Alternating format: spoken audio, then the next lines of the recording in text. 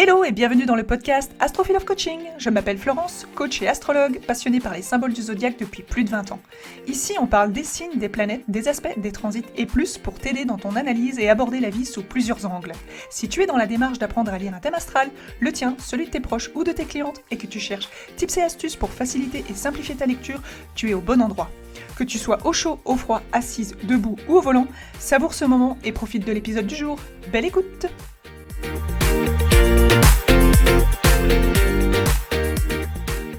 Hello à toi et bienvenue dans ce nouvel épisode. Aujourd'hui on va parler de la deuxième nouvelle lune en Vierge du 21 septembre 2025 qui se produira à 29,05 du signe. Rappelle-toi, je t'en avais parlé le mois dernier qu'on allait avoir deux nouvelles lunes en Vierge puisque la première ayant eu lieu à 0 degré, c'est tout naturellement qu'on a une deuxième à 29 degrés.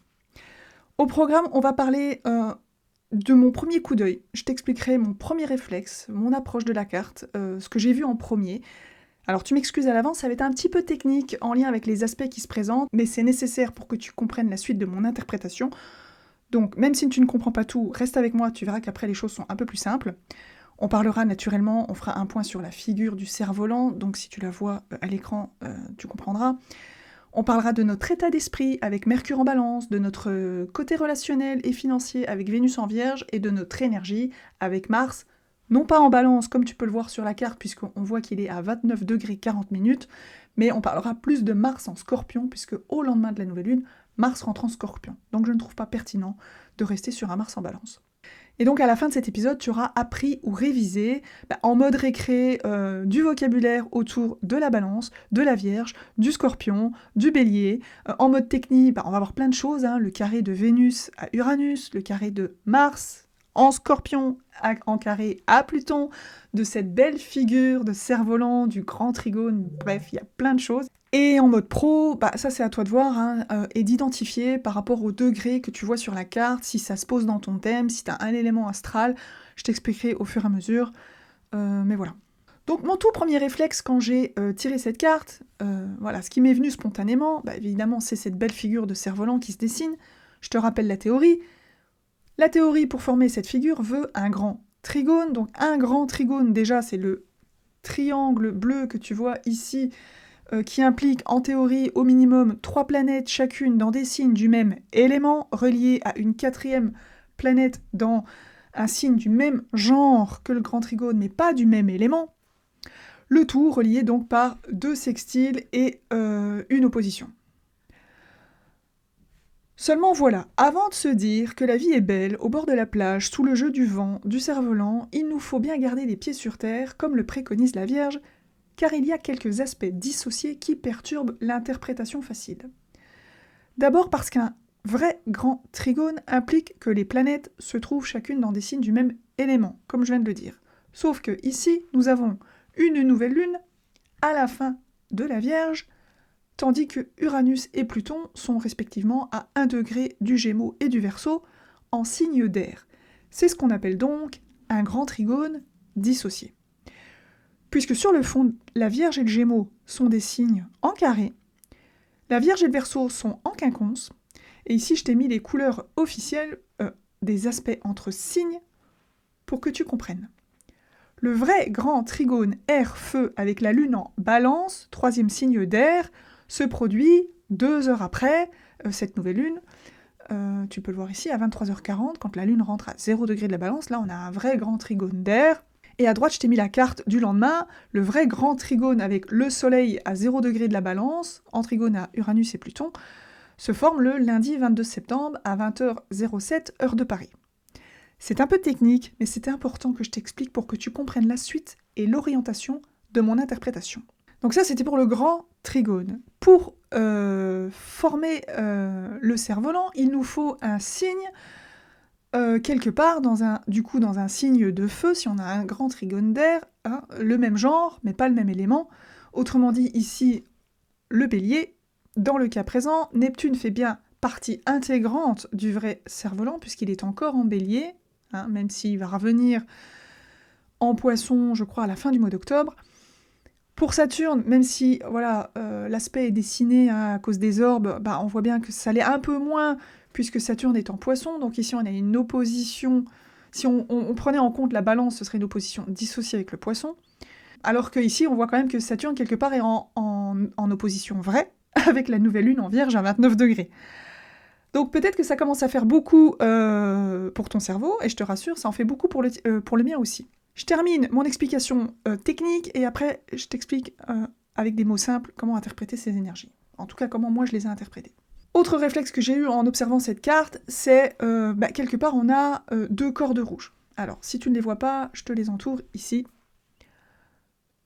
Mon premier réflexe, je me suis dit 2 cordes rouges qui tentent de maintenir au sol le cerf-volant pour qu'il ne s'envole pas trop haut d'idées, de débats ou de confusion.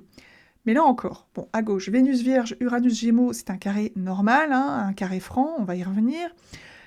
Mais Mars, fin de la balance, en carré avec Pluton, début Verseau, là aussi on est encore sur du dissocié. Car sur le fond, ces 2 signes sont en trigone, balance et Verseau, mais ne nous réjouissons pas trop vite. Le vrai carré fixe est déjà bien présent puisque Mars change de signe le lendemain, donc le mieux, c'est bien de considérer l'entrée de Mars en Scorpion en carré à son propre maître, Pluton. Là encore, je vais y revenir pour t'expliquer l'énergie qui se prépare. Tout ça pour te dire, pas de doute, nous sommes bien encore sous l'influence de la Vierge, vu tout le détail technique que je t'expose, mais qui ne te dit toujours pas ce que veulent dire ces énergies. Le sens aigu du détail de la Vierge est à la complexité du Scorpion qui se perd dans sa toile. Elle aime aussi se prendre la tête pour pas grand-chose. Mais pour revenir au cerf-volant, autorisons-nous à l'interpréter sous une forme simple, celle du Soleil qui arrive en balance, en bon dialogue à Uranus et Pluton. Je l'interprète comme un dialogue profond et intelligent qui se met en marche, avec des changements de pensée, une liberté dans l'expression, des métamorphoses, des remises en question, beaucoup de mots, de dialogues, d'idées. Nul doute que ça devrait jacter dans les jours qui suivent pour refaire le monde. J'entendais ces jours-ci, le sujet n'est pas politique, il est historique. Et sur le fond, je valide un peu avec ce grand triangle mineur, puisque c'est quand même pas tous les jours qu'on a un trigone entre Uranus et Pluton, relié à Neptune en sextile. Donc il y a quand même un grand rendez-vous avec ces planètes, et on le verra encore plus en 2026, quand ils seront vraiment en aspect exact, autour du premier décan, ça se passera entre 3 et 5 degrés, je crois. Autour du 4e degré, on aura vraiment à un moment donné pas loin ce grand trigone, enfin ce triangle mineur, et avec Saturne aussi qui reviendra en bélier. Mais voilà, le clin d'œil s'arrête là, c'est juste pour faire de l'humour.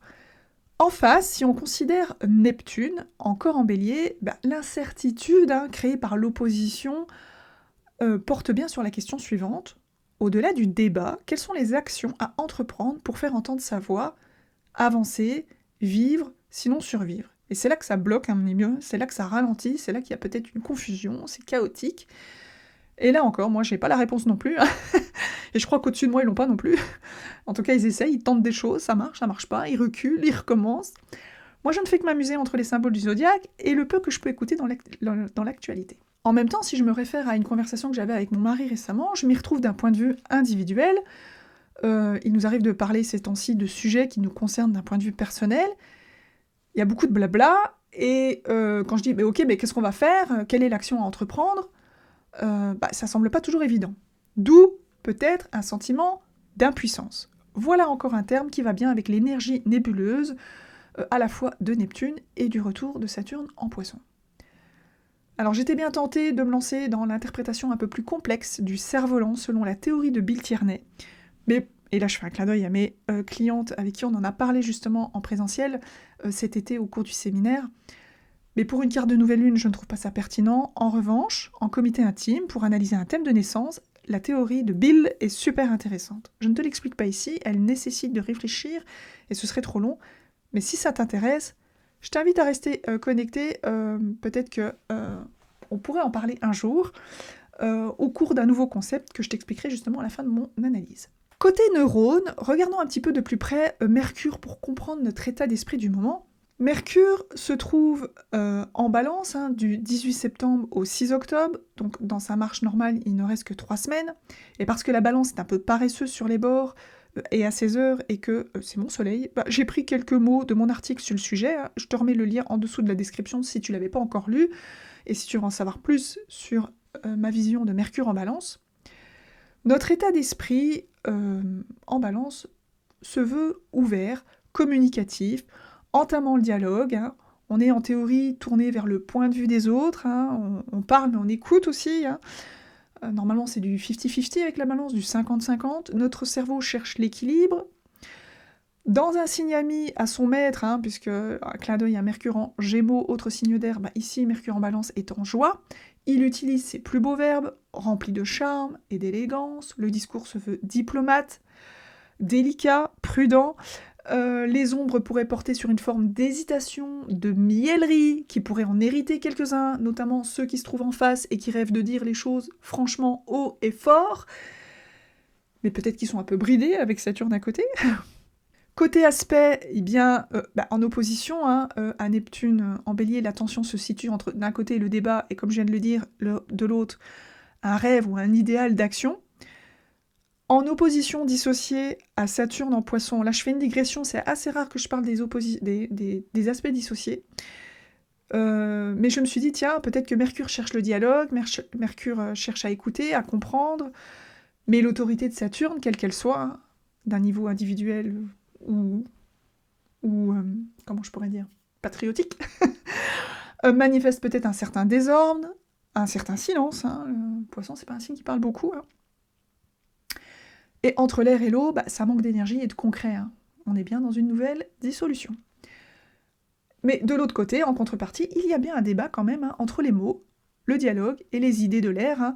On a l'esprit individuel avec Mercure, le collectif avec Uranus. Alors Uranus peut représenter beaucoup de choses dans un thème astral. Ça peut être les amis, ça peut être un collectif, quel qu'il soit, ça peut être les syndicats, puisque au niveau national, on en parle aussi.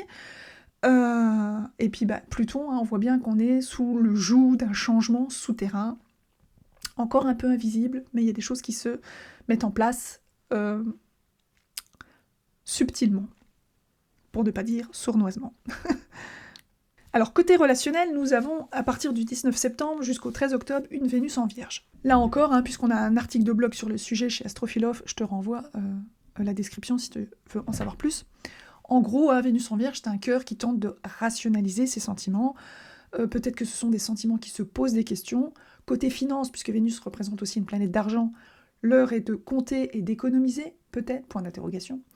Elle est occupée à payer ses factures, à se mettre en ordre, et un petit avis aux propriétaires, avant le 15 octobre, il y a la taxe foncière. C'est rigolo de voir que justement Vénus reste en Vierge jusqu'au 13. Côté relationnel, c'est une Vénus qui se retire, elle sort du lion, elle passe du yang au yin, elle fait preuve de timidité, peut-être qu'elle se sous-estime, elle critique ou elle contrôle, elle se critique, mais elle peut critiquer aussi ses relations, ses partenaires, elle chicane. C'est peut-être une période de relation un peu froide, qui passe plus par le mental, il y a moins de câlins que quand on est Vénus en Cancer, moins de chaleur et d'amour quand on est en Vénus en Lion. Il n'en reste pas moins que Vénus en Vierge est un cœur délicat, attentionné, prenant soin des êtres aimés. Ce qu'elle adore, ce qu'elle affectionne, c'est la discrétion et la simplicité. Elle est en carré à Uranus, en Gémeaux. Pour le coup, là, on a un vrai carré mutable. Et donc, pendant que le cœur chicane à se prendre trop au sérieux, peut-être que d'autres s'amusent, d'autres rigolent, d'autres tentent de détendre l'atmosphère. Alors voilà, si vous êtes impacté par la Vierge ou par le Gémeaux sur les premiers degrés, ça pourrait vous parler. Peut-être vous êtes dans une période d'instabilité affective, instabilité financière. On parle peut-être de rupture, appelons un chat. Avec Uranus, des fois, c'est la rupture, ça peut être soudain. C'est pas forcément une rupture relationnelle en couple amoureux, mais ça peut être avec n'importe quelle relation. On parle aussi beaucoup de rupture aussi dans l'actualité en ce moment. Bon, ça reste du blabla, encore une fois. Rappelons-nous du grand trigot d'air. Il y a une distance des sentiments. On est en présence quand même de deux signes francs. Le Gémeaux et la Vierge, ce ne sont pas les plus chaleureux, les plus affectueux. C'est donc un mental qui tergiverse sur la direction à prendre. Peut-être que le cœur culpabilise d'une forme de légèreté soudaine. Je me suis posé la question. Ce que vous devez retenir, à contrario du cardinal qui avance et du fixe qui est comblé de conviction et de certitude, et qui ne se remet pas en question, le mutable, c'est l'effet girouette. Avec lui, rien n'est jamais certain. Les choses changent souvent, sinon pas tout le temps. Donc peut-être qu'on traverse une période où ça claque de la porte, on fouille, on revient, on reclaque la porte, on revient, peu importe, on tourne en rond, voilà. Donc rien n'est fixe, ne vous dites pas que tout est fini ou tout n'est pas fini, vous savez pas ce qui va se passer, mais en tout cas ça bouge. Ça va avant, ça avance, ça recule, à gauche, à droite, bref. Ça va même en diagonale. Et peut-être que voilà, Vénus se sentira un peu mieux. De 1, après, à partir du 13 octobre, elle va rentrer en balance chez elle, et de 2, elle formera d'entrée un magnifique trigone à Uranus et à Pluton. Donc voilà, peut-être que ça pourrait aider à comprendre et à se dire, ok, prenons notre mal en patience. Mais en même temps, elle forme un magnifique sextile yin, pour le coup, à Mars en Scorpion. Hein. Donc peut-être que pour d'autres qui sont habités par cette énergie, Mars débride un peu Vénus. Hein. Mars en Scorpion, c'est l'action séductrice et ténébreuse dans des recoins intimes. Côté finance, peut-être qu'une stratégie se met en place pour les gérer, de signes d'argent. Tout ce qui est signe de terre et le Scorpion, vous pouvez retenir, il s'intéresse à l'argent. Il y a une belle alliance pour moi entre l'honnêteté de la Vierge, la lucidité du Scorpion, donc c'est un cœur qui garde les pieds sur terre tout en s'autorisant à suivre son instinct. Et tant qu'on parle de Mars, justement Mars en Scorpion, encore une fois, je répète, même si tu vois Mars à 29,40 degrés de la nouvelle lune en balance, au lendemain Mars est en Scorpion, donc je reste sur cette énergie. Donc Mars va être en Scorpion du 22 septembre au 4 novembre. La théorie brute, donc il est en deuxième domicile, donc ici beaucoup plus à l'aise, l'énergie reprend son pouvoir, nous pourrions disposer d'une force instinctive qui se situe au cœur de nos entrailles. Ici, Mars agit avec audace, combativité et détermination. Comme dans un jeu d'échecs, même les pions ne se laissent pas démonter et peuvent détourner le roi, quitte à prendre quelques risques. Donc on vient de le voir, il reçoit le soutien de Vénus en Vierge, donc monsieur peut donc agir, madame s'occupe de la prudence, c'est toujours sympa quand Vénus et Mars sont en harmonie. Il y a aussi le dicton qui dit « ce que Vénus veut, Mars le peut », et si madame a besoin de sécurité, monsieur dispose d'une énergie invisible pour arriver à ses fins. Mais bon, comme tu peux le voir à l'écran, il y a un aspect à ne surtout pas négliger, c'est son carré à Pluton en Verseau. Et j'en profite pour te rappeler une autre théorie. Pluton est l'octave supérieure de Mars. Qu'est-ce que ça veut dire ? C'est le pouvoir de transcendance et d'accomplissement qui surplombe l'action simple et spontanée. Autrement dit, Pluton représente l'action profonde et souterraine d'une génération. Pour interpréter la tension d'un carré et comprendre le dialogue qui se joue, on peut se poser plusieurs questions. Et ça, c'est un tips que je vous donne si vous voulez interpréter un carré dans un thème astral pour comprendre, tiens, est-ce qu'il y en a un qui a plus de force que l'autre, même si quelque part sur le fond, les signes en carré ont une force égale, mais qui n'agit pas dans le même sens. Je vais me répéter juste après, mais je le dis déjà. Donc les questions qu'on peut se poser, c'est est-ce que l'une des deux planètes dans ce carré est en domicile ou laquelle est la plus lente ? Et ici, on peut comprendre que chacune répond à un critère, puisque Mars est dans son domicile dans son deuxième domicile en Scorpion, et Pluton est la plus lente. De toutes les manières, il faut retenir qu'un carré implique toujours des signes qui ont une même force, mais qui ne vont pas dans le même sens. Souvent, ils vont, pour vous aider à nuancer, dans le sens de l'élément qui les habite. Mais d'abord, ce qu'il faut retenir de l'énergie fixe. Ils ont en commun cette notion de blocage, d'entêtement, d'obstination. Et de l'autre, ce sont aussi, positivement, les piliers du zodiaque. Extrêmement résistants, endurants, convaincus de leur force et stables. Et ce qui est certain, c'est que l'énergie d'évolution est en marche. En plus de l'énergie fixe qui les relie, le Scorpion et le Verseau ont en commun une forme d'extrémisme qui les caractérise, un côté sauvage, rebelle, indomptable, et j'aime bien dire que ce sont aussi deux signes assez intelligents, sauf que Mars en Scorpion joue sa carte sur un plan émotionnel, à agir peut-être même parfois par vengeance, par rancune, en gardant en mémoire une forme de trahison du passé, et que le Verseau joue la carte détachée et son esprit donne la priorité à l'avenir, le futur, le progrès, l'intérêt général du plus grand nombre. Et je ne dis pas que l'un a plus raison que l'autre, ce qui peut irriter aussi le Scorpion, c'est... Le Scorpion, c'est un signe qui provoque, et le Verseau, lui, il est complètement indifférent à la provocation. Donc c'est ça qui crée aussi une intensité émotionnelle, un manque de réaction. Donc voilà, c'est assez intéressant de se mettre sous ces deux points de vue-là et de bien comprendre comment fonctionnent ces signes. Le Verseau est aussi un signe qui se dit, par rapport au Scorpion, que ça ne sert à rien de ruminer, qu'il faut faire table rase et progresser, regarder devant soi. Et c'est tout un paradoxe pour lui, dans les 20 futures années, les 20 prochaines années plutôt, d'héberger Pluton, justement, la planète du Scorpion, la planète de son pseudo-rival. Du coup, la question que je me pose, c'est comment trouver son équilibre entre faire la part des choses avec esprit, l'esprit du Verseau, et pour autant intégrer que nous ne sommes pas des machines, mais des êtres humains avec des émotions. Parce que là aussi, je me dis, voilà, même si le Scorpion aussi ressasse, il cherche aussi à évoluer. Donc il peut peut-être en ressortir quelque chose de grand et de différent, mais ça doit d'abord passer par un rapport de force, intérieur ou extérieur, hein, ça dépend de quel point de vue vous vous placez. Hein, c'est un joli bras de fer. À vous d'observer si ça vous parle et si vous vous sentez concerné par le début du décan en signe fixe. Et je vais m'arrêter là pour mes premières idées d'interprétation. Je dis bien mes premières idées parce que je remarque avec moi, c'est souvent un processus. Souvent, au lendemain de la publication, j'ai des éclairs dans ma tête qui me disent « Ah, j'aurais dû dire ça, et puis ça, et puis ça, et ça me semble encore plus juste. » Mais bon, il faut bien se fixer à un moment donné et sortir de quelque chose. Voilà, dans les grandes lignes, mon analyse. Un autre aspect intéressant en formation, c'est le trigone de Jupiter en Cancer, avec le fait que Saturne revient en Poisson, donc tous les deux sur le 3e décan des signes d'eau, ça forme un beau trigone. Peut-être qu'on y reparlera dans 15 jours si l'occasion m'est donnée de venir te parler de la pleine lune. Et d'ici là, on va avoir quelques mouvements planétaires, justement, jusqu'à cette prochaine pleine lune. Il se passe beaucoup de choses, ça bouge beaucoup aussi. Donc on a le 14 septembre une Vesta qui rentre en Sagittaire et qui va rester jusqu'au 15 novembre. On l'a vu, Mercure en Balance, Vénus en Vierge, Nouvelle Lune en Vierge, Mars en Scorpion, Soleil en Balance, tout ça, on en a parlé. Le 1er octobre, très intéressant, Junon revient en Sagittaire pour 3 mois jusqu'au 29 décembre. Pour rappel, la déesse de l'union et du mariage était déjà rentrée en Sagittaire le 20 février et avait rétrogradé le 19 mars à 1,57 du Sagittaire.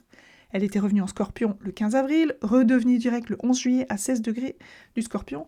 Elle refranchit donc maintenant le seuil du Sagittaire pour la 2e fois cette année.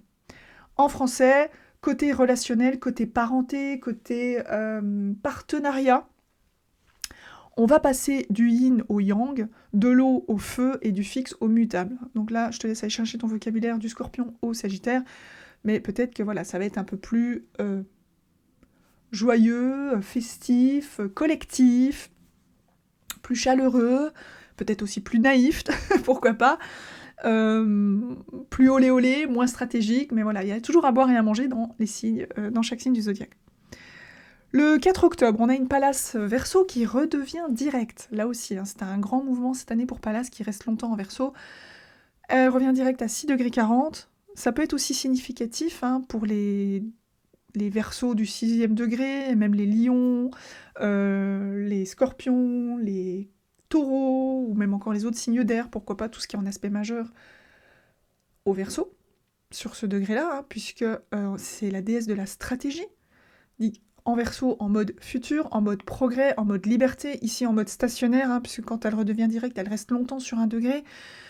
Moi, ça me parle bien aussi, hein, parce que quelque part, ça se pose sur mon ascendant progressé en Verseau, en opposition à mon Jupiter en Lion, en carré à mon Chiron en Taureau, en carré à mon Mercure en Scorpion. Donc voilà, je vous donne des tips pour vous regarder dans votre thème, tiens, quels sont les aspects qui se forment, quelle est cette stratégie, est-ce que finalement, si on est impacté par le signe fixe, le fait que Pallas revienne direct ne va pas nous aider à avoir plus de certitude dans nos idées, dans notre façon de mener nos stratégies, dans nos créativités qui viennent de notre pensée. Donc ça, voilà, le côté fixe, c'est d'avoir plus de certitude. Ça peut être intéressant, plus d'assurance. C'est le mot que vous pouvez retenir pour les signes fixes, l'assurance. Voilà, j'essaye de vous donner des tips positifs. Et puis voilà, le 6 octobre, on a un Mercure en Scorpion et une pleine lune en Bélier à 14 degrés le 7 octobre. Dans l'actualité d'Astrophilosophe, on a toujours les coachings et les analyses de thèmes. Donc ça, je te donne rendez-vous sur astrophilosophe.com, rubrique accompagnement individuel, si tu veux en savoir plus. Si tu me découvres, tu peux aussi télécharger ta formation gratuite ou réserver un call de connexion gratuit pour discuter de mes différentes offres ou encore découvrir mes formations pour débuter en astrologie. D'ailleurs, je t'annonce à ce propos qu'il y aura une promotion à venir début octobre à l'occasion de la présentation d'un tout nouveau concept qui sera présenté les 1er, 2 et 6 octobre. J'organise 3 rencontres en live sur Zoom gratuites pour discuter un petit peu, pour te rappeler un petit peu ma base, la méthode GEM. Ce ne sera pas une big masterclass, je veux la faire beaucoup plus courte que l'année dernière. C'est pour ça que je l'appelle rencontre gratuite. Je veux quelque chose de chill, de plus à l'aise, de plus intime, à l'image de notre Jupiter en Cancer cette année. Donc je te présenterai mon nouveau concept, le refuge étoilé, pour au-delà de l'apprentissage astrologique, c'est comment on interprète et c'est surtout t'offrir un espace pour interpréter avec tes propres mots pour que... Voilà, je te dis pas tout, tu cliques sur le lien qui est dans la description pour t'inscrire si ça t'intéresse et tu auras une description de ce que je vais présenter pendant cette soirée. Donc voilà. Eh bien, ce sera tout pour aujourd'hui. Je te remercie de m'avoir écouté jusqu'au bout. Je te souhaite une belle et heureuse nouvelle lune en Vierge bis, presque Balance. Voilà, prends bien soin de toi. Je te dis à très bientôt pour la suite. Et encore merci pour ta fidélité.